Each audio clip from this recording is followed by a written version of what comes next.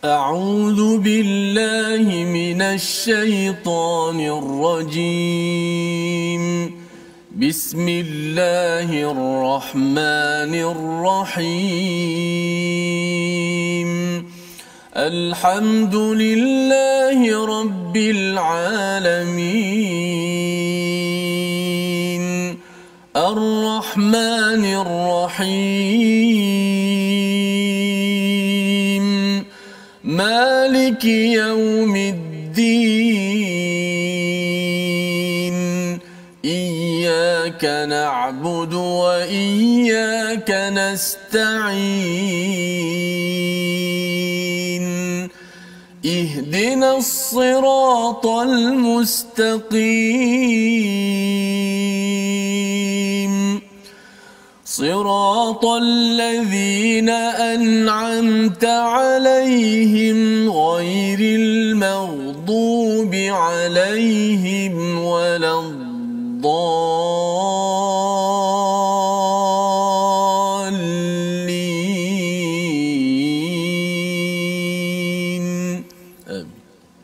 Assalamualaikum warahmatullahi wabarakatuh. Alhamdulillah wassalatu wassalamu ala Rasulillah wa ala alihi wa man wala. Syada la ilaha illallah, syada Muhammadan abduhu wa rasuluh. Allahumma salli ala sayidina Muhammad wa ala alihi wa sahbihi ajma'in. Amma ba'du. Apa khabar tuan-tuan dan puan yang dirahmati, yang dihormati sekalian? Alhamdulillah kita bersyukur pada Allah Subhanahu wa taala kita bertemu pada hari ini My Quran Time, baca faham amal untuk kita meneruskan sesi ulang kaji mengikut juz masing-masing, dan pada hari ini kita berada pada juz yang kedua. Pada bahagian yang pertama kita akan melihat kepada sekitar 10 halaman. Pada hari ini untuk sama-sama kita ambil panduan daripada Al-Quran, dan alhamdulillah kita bersama dengan Ustaz Tirmizi pada hari ini. Apa khabar Ustaz? Alhamdulillah. Alhamdulillah Ustaz ya. Alhamdulillah ya, kita nak mengulang kaji Ustaz. Juz yang kedua. Kalau semalam sudah pun kita melihat kepada juz yang pertama yang berkaitan dengan Bani Israel, kisahnya itu beberapa belas muka surat halaman, dan pada hari ini pertukaran kiblat yang dikaitkan dengan ummatan wasatan ya, ummatan wasata yang disampaikan pada ayat 143. Jom tuan-tuan yang berada di rumah pada halaman 22 kita baca ayat 143 ini dipimpin oleh Ustaz Tirmizi kita pada hari ini. Silakan Ustaz. Baik. Terima kasih Fadil Tuan Fazrul, penonton, sahabat-sahabat yang saya kasihi sekalian. Alhamdulillah kita bersyukur pada Allah Subhanahu Wa Taala. Pada hari ini kita mengulang kaji bacaan Al-Quran kita, tadabbur kita dapat melihat balik, kembali kita kecap balik mana-mana yang tertinggal, mana-mana yang perlu pada pengukuhan, mungkin ada tertinggal beberapa perkara penting, ataupun bila kita ulang ini kita akan dapat, sudah pasti insya-Allah kita akan dapat ilmu-ilmu yang baru, yang segar, dan dapat memperkemaskan lagi pengalaman ataupun ilmu-ilmu yang kita ada. Kerana manusia begitulah, bila kita belajar, katakan 5-6 tahun dulu kita belajar, 2-3 tahun selepas tu bila kita ilmu kita bertambah, akan ada apa-apa penambahan baru itu akan menghazafkan yang lama, menambah baikkan yang lama, kerana ilmu itu sangat penting. Nur merupakan cahaya dalam kehidupan kita. Baik, kita akan baca pada juzuk yang kedua ini Ustaz. Ya, ayat berapa Ustaz? 143.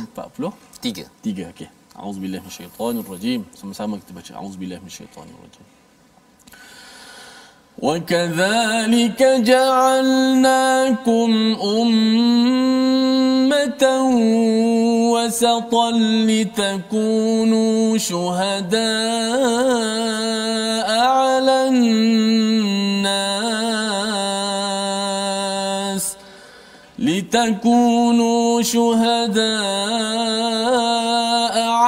النَّاسِ وَيَكُونَ الرَّسُولُ عَلَيْكُمْ شَهِيدًا وَمَا جَعَلْنَا الْقِبْلَةَ الَّتِي كُنْتَ عَلَيْهَا إِلَّا لِنَعْلَمَ مَنْ يَتَّبِعُ الرَّسُولَ مِمَّنْ يَنْقَلِبُ عَلَى عَقِبَيْهِ وَإِنْ كَانَتْ لَكَبِيرَةً إِلَّا عَلَى الَّذِينَ هَدَى اللَّهُ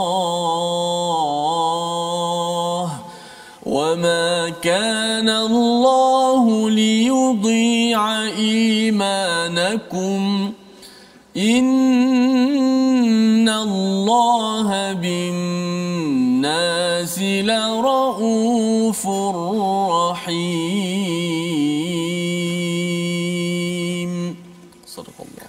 Surah Al-Azim, gitulah bacaan daripada ayat 143 memulakan juz kedua kita, apabila Allah menyatakan, dan demikian pula kami telah jadikan kamu umat pertengahan, ummatan wasatal litakunu syuhada'a 'alan nas, menjadi saksi kepada seluruh manusia, dan rasul, ya, dan agar rasul menjadi saksi atas perbuatan kamu.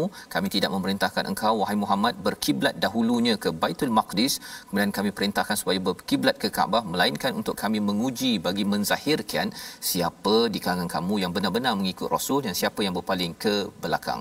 Sesungguhnya peralihan kiblat itu sangat berat kecuali bagi orang yang telah diberi petunjuk oleh Allah, dan Allah tidak akan mensia-siakan imanmu. Sesungguhnya Allah Maha Pemurah lagi Maha Penyayang kepada manusia.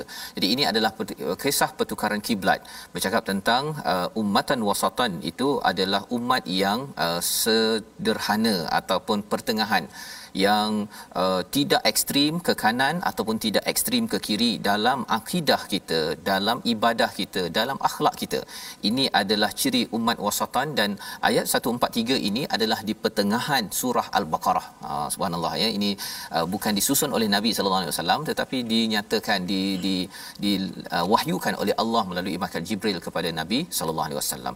Jadi kita adalah umat wasatan. Syaratnya apa? Apabila kita ini menjadi syuhada ala nas.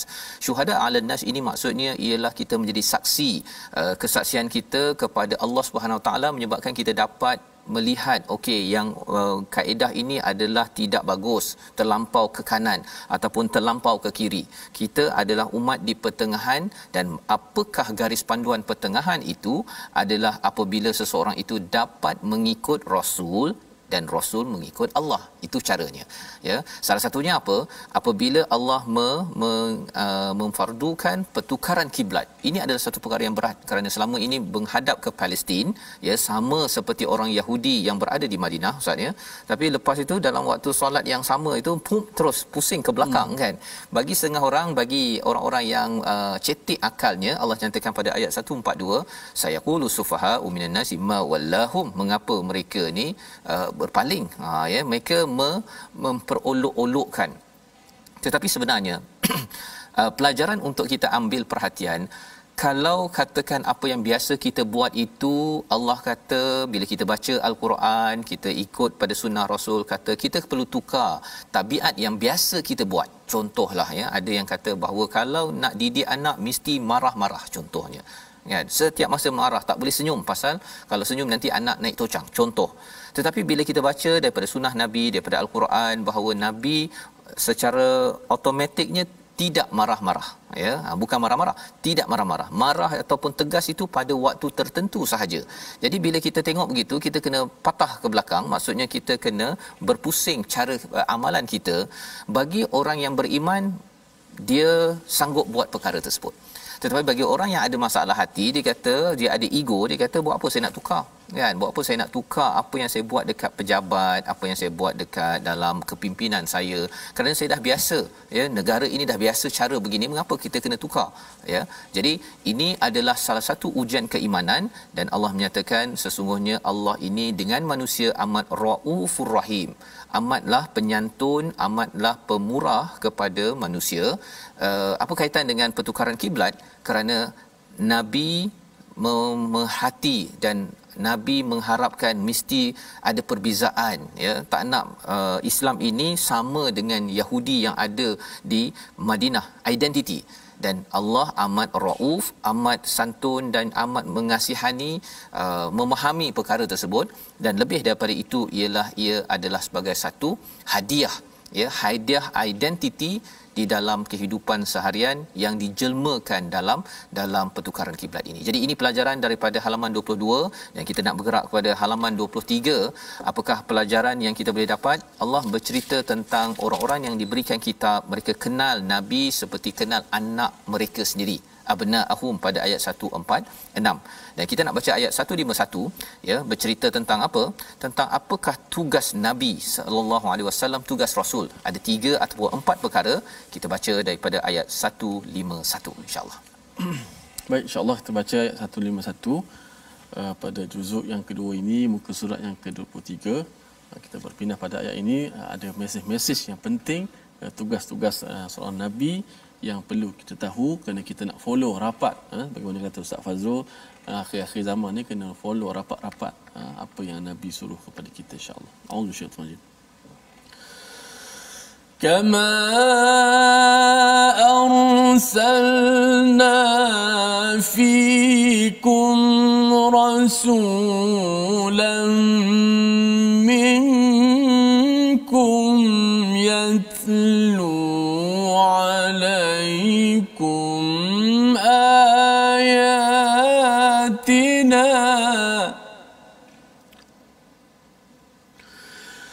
يتلو عليكم آياتنا ويزكيكم ويعلمهم الكتاب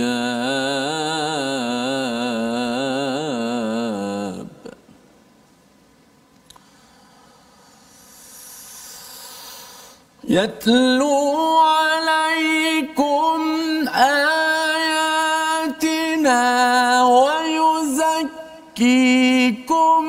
ويعلمكم الكتاب والحكمة ويعلمكم ما لم تكونوا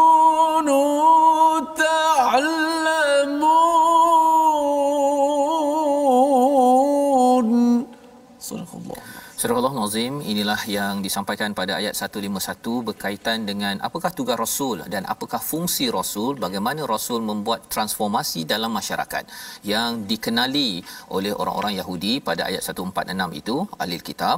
Ayat 151 menceritakan kami ataupun bagaimana kami telah mengutuskan kepadamu seorang rasul daripada kalangan kamu. Yang pertama, tilawah, yatlu alaikum ayatina, tilawah kebesaran-kebesaran Allah, ayat-ayat kebesaran Allah Subhanahu Wa Taala, itu yang pertama.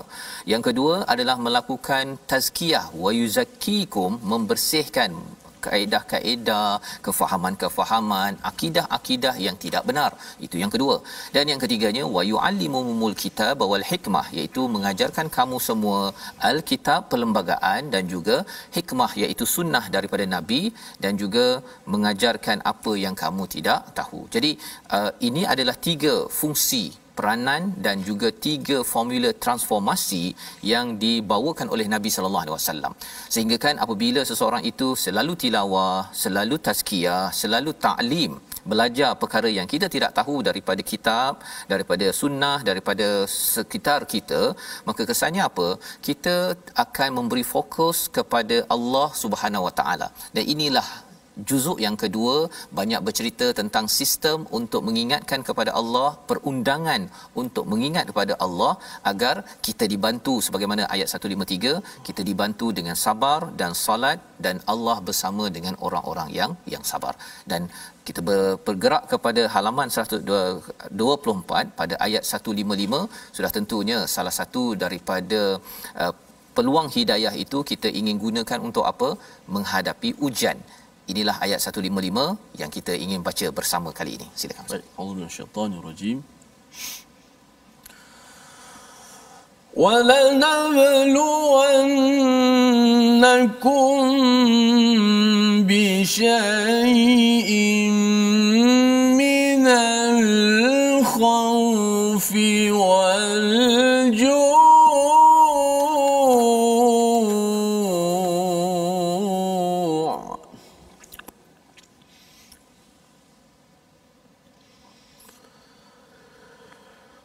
وَلَنَبْلُوَنَّكُمْ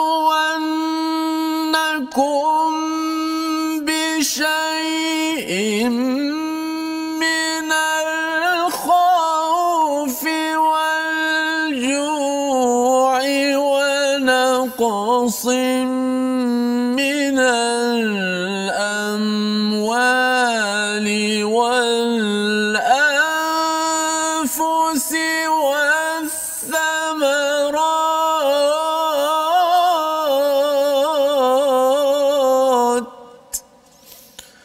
وبشر الصابرين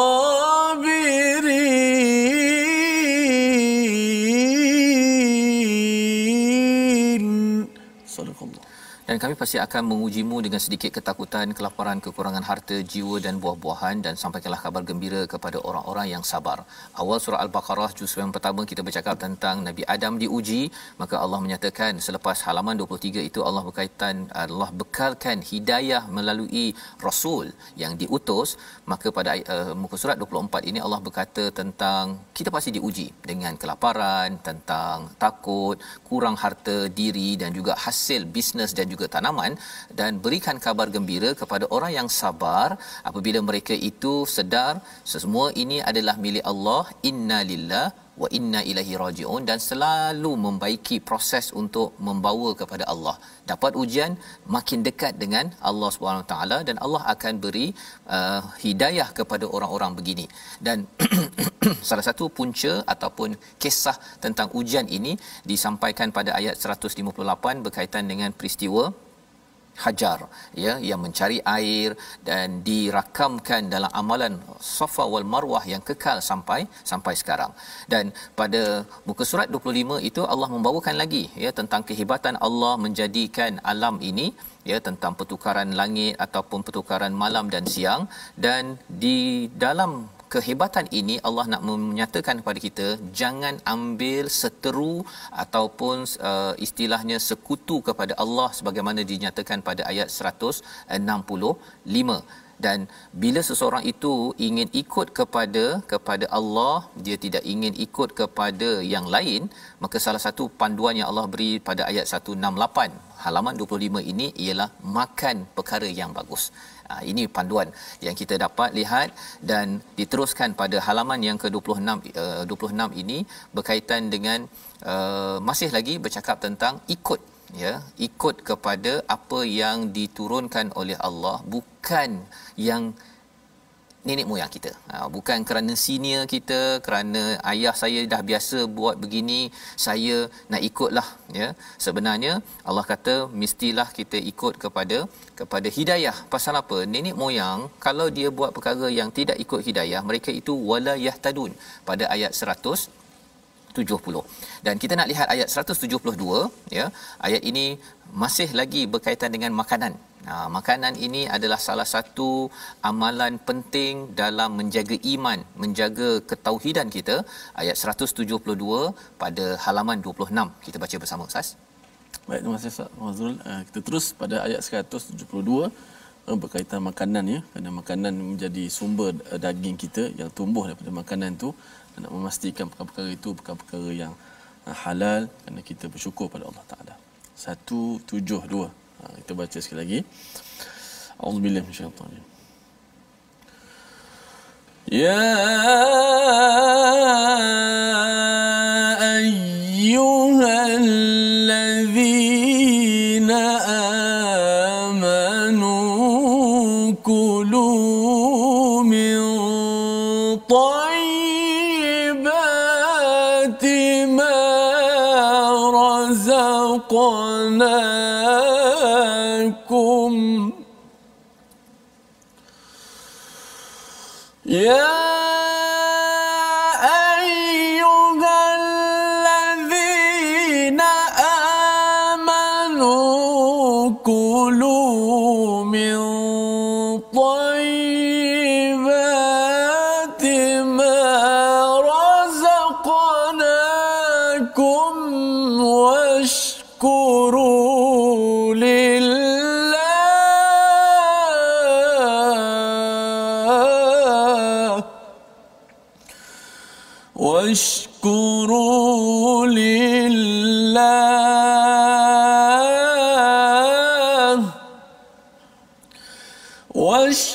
واشكروا لله إن كنتم إياه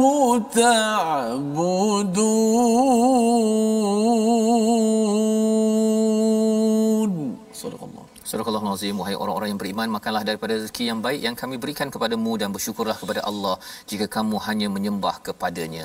Sebagaimana kita tahu, awal pada surah Al-Baqarah ini bercakap tentang solat, tentang pertukaran kiblat, dan di dalam ibadah kita kepada Allah, perkara penting yang perlu kita jaga, ya, yang kita belajar di awal surah Al-Baqarah, wa yuqimuna shalah wa mimma razaqnahum yunfiqun, maksudnya perkara-perkara berkaitan dengan harta kena jaga.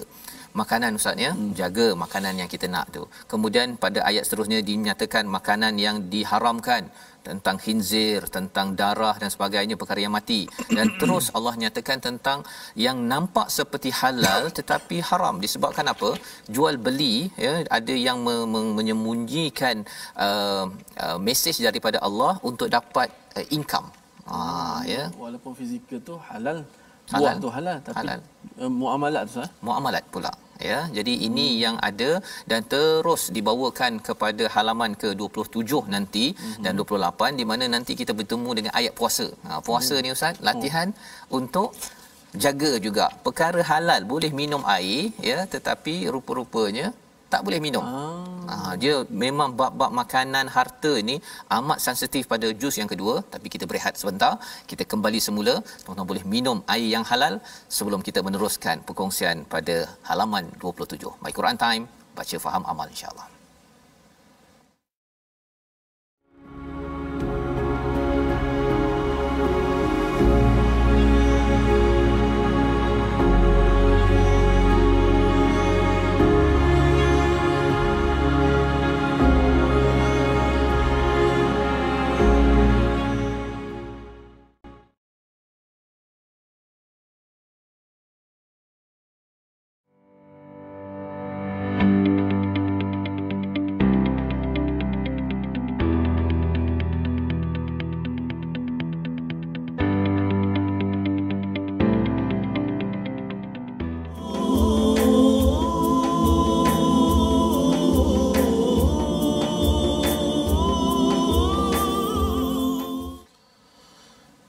كتب عليكم إذا حضر أحدكم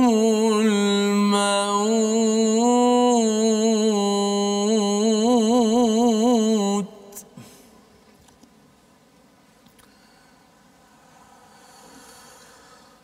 إذا حضر أحدكم الموت إن ترك خيرا الوصية للوالدين والأقربين بالمعروف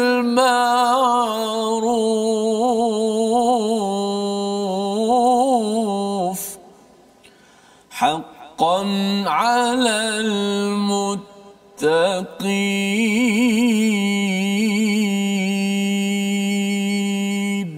صدق الله. Alhamdulillah, kita kembali dalam My Quran Time pada kali ini untuk kita sama-sama mengulang kaji pada juz yang kedua. Dan Ustaz, tadi kita baca daripada surah Al-Baqarah halaman 27 ayat ke-180. Apakah maksudnya? Dan wajibkan ke atas kamu apabila maut hendak menjemput seseorang di antara kamu, jika dia meninggalkan harta, berwasiat untuk kedua orang tua dan kaum kerabatnya dengan cara yang baik sebagai kewajipan bagi orang-orang yang bertakwa. Ini adalah salah satu daripada ayat. Dan apakah tadabbur daripada ayat ini, kita ikuti bersama dengan rakan-rakan kita, dan kita jemput Coach Jamil di online. Silakan. Baik, terima kasih Tuan Fazrul. Bismillahirrahmanirrahim. Ayat 180 mengingatkan kita untuk kita mesti menunaikan kewajipan kepada ibu ayah, juga kepada kaum kerabat walaupun kita dah menghampiri mati. Dan kerana apa? Kewajipan itu adalah sebagai satu cara nak tunjukkan kita adalah orang-orang yang bertakwa. Wallahu a'lam. Terima kasih diucapkan pada Coach Jamil. Itu kefahaman kita, dan bila kita gabungkan dengan kefahaman dalam surah An-Nisa, ini perkara yang penting berkaitan dengan ulumul Quran tentang nasih mansukh, iaitu wasiat ini hanyalah kepada orang-orang yang selain daripada faraid ataupun yang boleh menerima harta pusaka, ya. Awalnya memang kepada mak ayah, kepada anak, tetapi bila sudah datang daripada surah An-Nisa berkaitan dengan faraid, ya, 1/3, 1/5, 1/6 dan sebagainya. Jadi wasiat adalah untuk yang bukan menerima harta pusaka ataupun harta faraid itu sendiri. Jadi ini panduan haqqan 'alal muttaqin, ini adalah kewajipan bagi siapa? Bagi orang-orang yang bertakwa. Jadi siapa yang tidak tunaikan faraid, tidak tunaikan wasiat, sebenarnya dia tak betul-betul mencapai ciri takwa. Kerana kita bercakap tentang harta ini bukan sekadar mesti halal waktu kita masih ada di dunia, bila sudah pergi pun harta yang kita tinggalkan itu tidak mengharamkan ataupun diharamkan kepada orang-orang yang masih tinggal, walaupun mereka ini adalah ahli keluarga, ya. Tidak boleh anak lelaki kerana dia disayangi ayah, dia ambil 100% daripada harta ayah, ataupun tidak diberikan kepada adik perempuan contohnya. Semua perkara itu adalah lambang takwa. Dan apalah lagi lambang takwa? Kita baca daripada halaman 28 daripada ayat 183. Sudah tentu ayat ini terkenal, famous, masyhur di kalangan kita semua nak menghadapi Ramadan, Ustaz. Jadi Ustaz, kita nak baca ayat 183. Okey, ayat Ramadan ni insya-Allah. أعوذ بالله من الشيطان الرجيم. يا أيها الذين آمنوا كتب عليكم الصيام كما كتب على الذين من قبلكم لعلكم تتقون.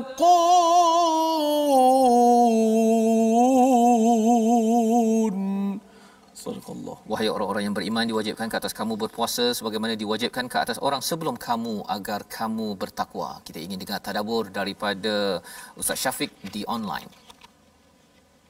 Bismillahirrahmanirrahim. Dalam ayat ini Allah mengingatkan kepada saya, tuan-tuan dan puan, dan siapa saja yang mengaku beriman tentang kewajipan untuk berpuasa seperti mana orang-orang terdahulu supaya kita jadi orang yang bertakwa kepada Allah. Wallahu a'lam. Okey, baik, terima kasih, ya, iaitu kita diminta untuk semak balik kepada ciri orang bertakwa, ya. Awal daripada surah Al-Baqarah ini kita pun sudah dimaklumkan hudal lil muttaqin. Orang bertakwa itu ada beberapa ciri, dia mengambil daripada Al-Quran, daripada kitab ini sebagai sumber perlembagaan, sebagai sumber hidayah, ya. Maka pada ayat yang ke-183 ini, kalau kita nak bina lagi tattaqun, takwa, agar kita ini selalu dilindungi Allah daripada pelbagai masalah dengan bantuan Allah, tattaqun, takwa, maka salah satunya ialah dengan kita berpuasa. Berpuasa ini Ustaz, ya, benda halal pun kita kena tahan, maka itu menyebabkan kita akan dilatih.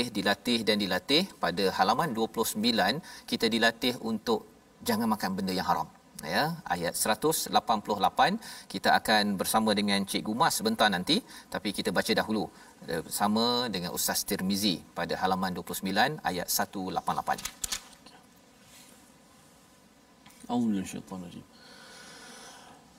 ولا تأكلوا أموالكم بينكم بالباطل وتدلوا بها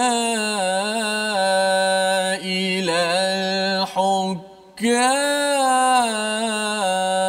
الحكام وتدلوا بها إلى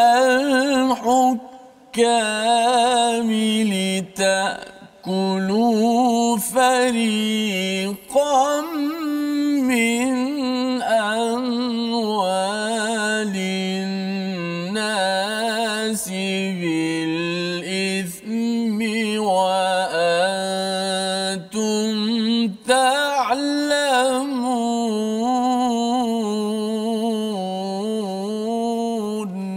صدق الله.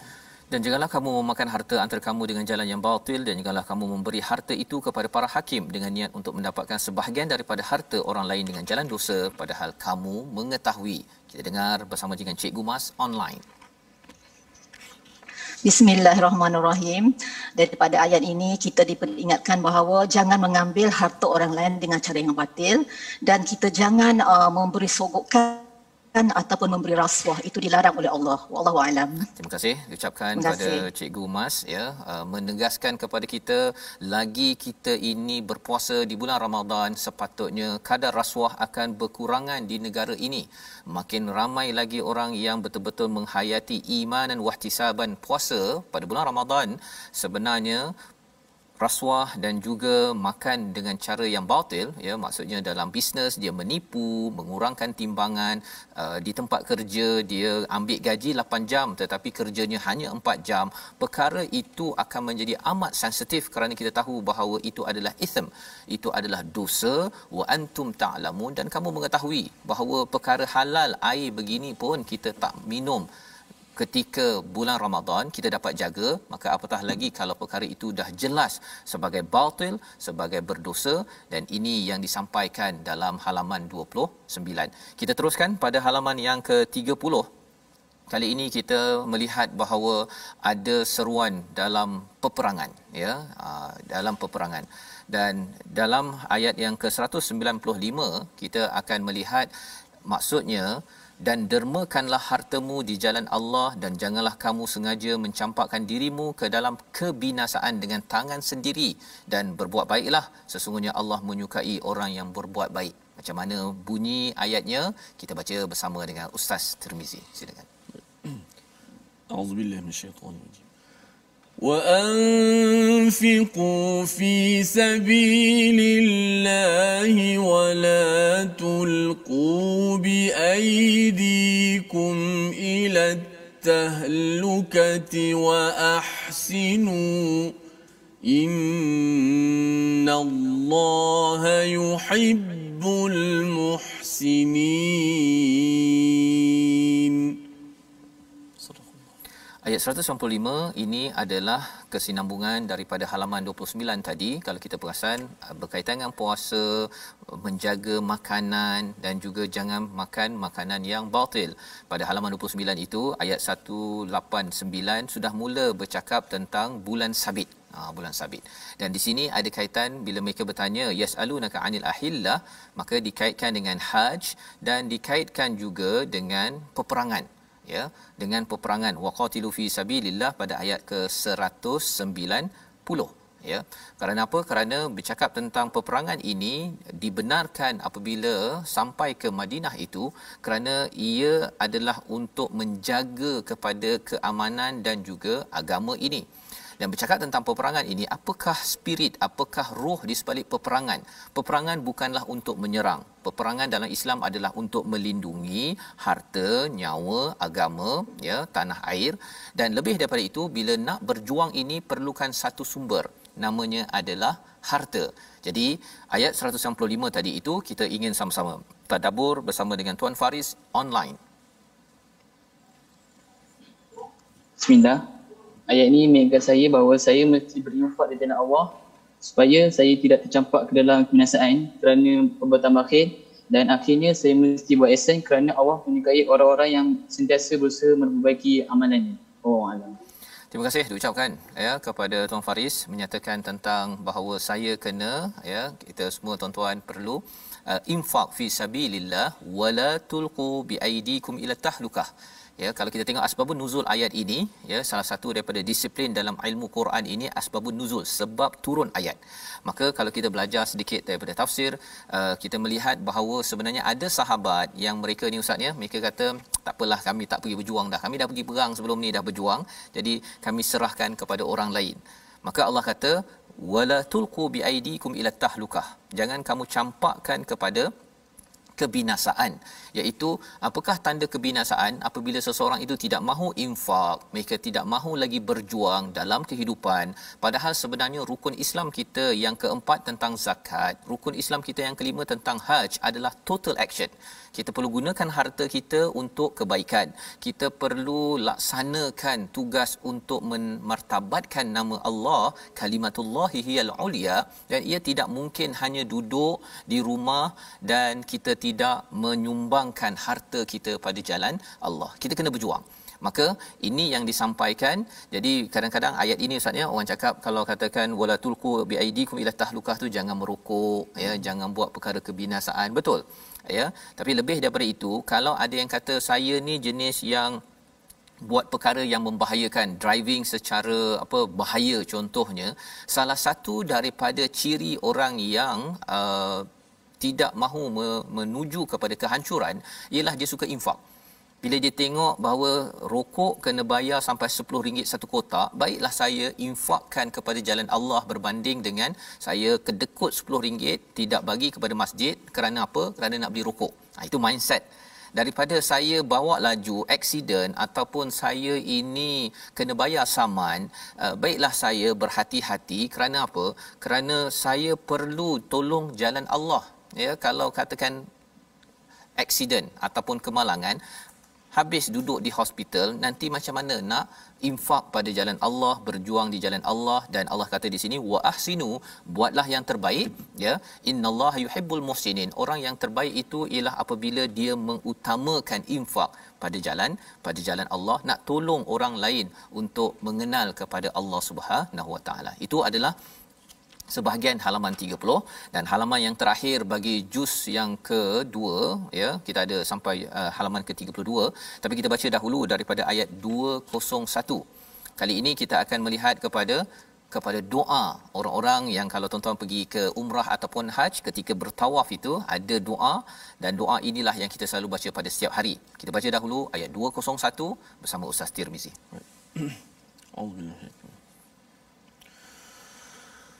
وَمِنْهُمْ مَنْ يَقُولُ رَبَّنَا آتِنَا فِي الدُّنْيَا حَسَنَةً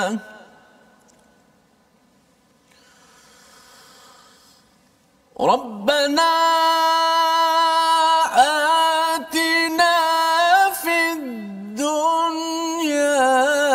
حسنة وفي الآخرة حسنة وقنا عذاب النار.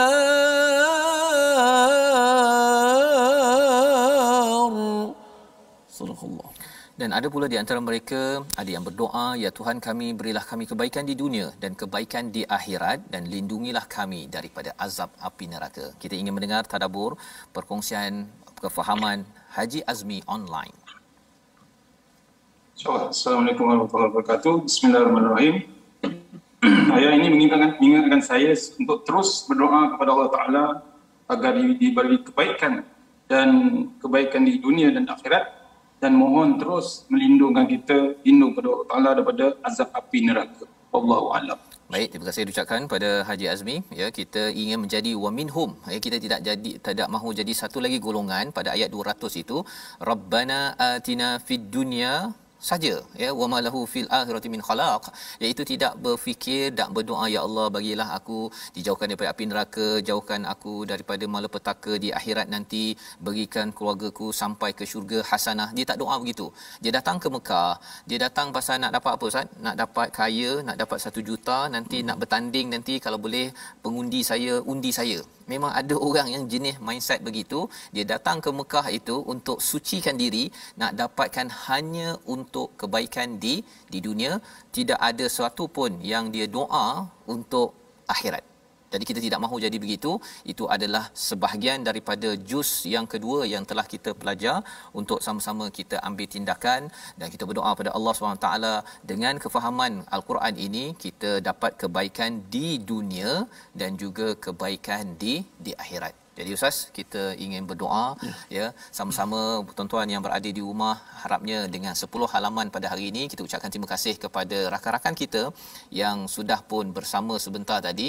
Paling kurang tuan-tuan dah tahu dah. Oh, okey, cara nak tadabbur ialah paling kurang baca terjemahan yang ada, itu paling asas. Tetapi lebih daripada itu kita boleh mendalami dari segi ulumul Quran, ilmu-ilmu Quran yang ada agar kefahaman kita itu lebih mendalam dan ia menghasilkan amalan yang lebih lagi menuju pada Allah Subhanahu Wa Taala. Kita berdoa bersama Ustaz Tirmizi. Bismillahirrahmanirrahim. Alhamdulillahirabbil alamin wassalatu wassalamu ala Rasulillah.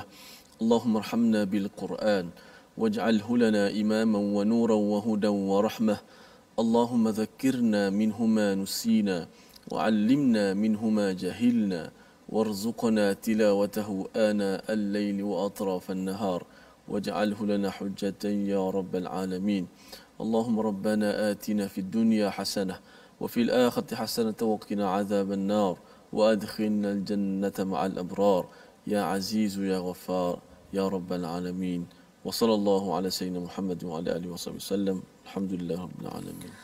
Amin ya rabbal alamin. Moga-moga Allah terus mengkabulkan doa kita tuan-tuan. Pada setiap kali kita baca al-Quran, kita buat kebaikan, moga-moga amalan ini mengkabulkan kita punya hasrat ya. Dunia dapat hasanah, di akhirat dapat hasanah dan juga terjauh daripada azab api neraka. Itulah yang kita ingin sebarkan dalam tabung gerakan al-Quran, kefahaman tentang dunia, akhirat. Perlu kita mohon Allah banyak-banyak kebaikan. Tuan-tuan boleh menyumbang dalam tabung ini untuk kita sebarkan kesedaran dunia akhirat itu perlu ya. Ada orang ekstrim tak nak dunia, nak akhirat saja. Ada yang kata nak akhirat saja tak nak dunia. Sebenarnya Allah ajarkan kepada kita dua-dua kita perlukan hasanah dan dengan itu kita harapkan kita buat yang terbaik dengan panduan daripada al-Quran. Insya-Allah kita bertemu kembali dalam siaran akan datang ya. Dalam episod besok kita akan mengulang kaji bahagian kedua daripada juz yang kedua. Rancangan ini dibawakan oleh Mufas ya. Kita bertemu pada jam 5 petang semula, jam 10 malam ulangan dan 6 pagi. Moga-moga dengan rancangan yang dibawakan oleh Mufas ini dalam sesiap ulang kaji ini menguatkan persediaan kita menuju Ramadan. My Quran Time, baca, faham, amal insya-Allah.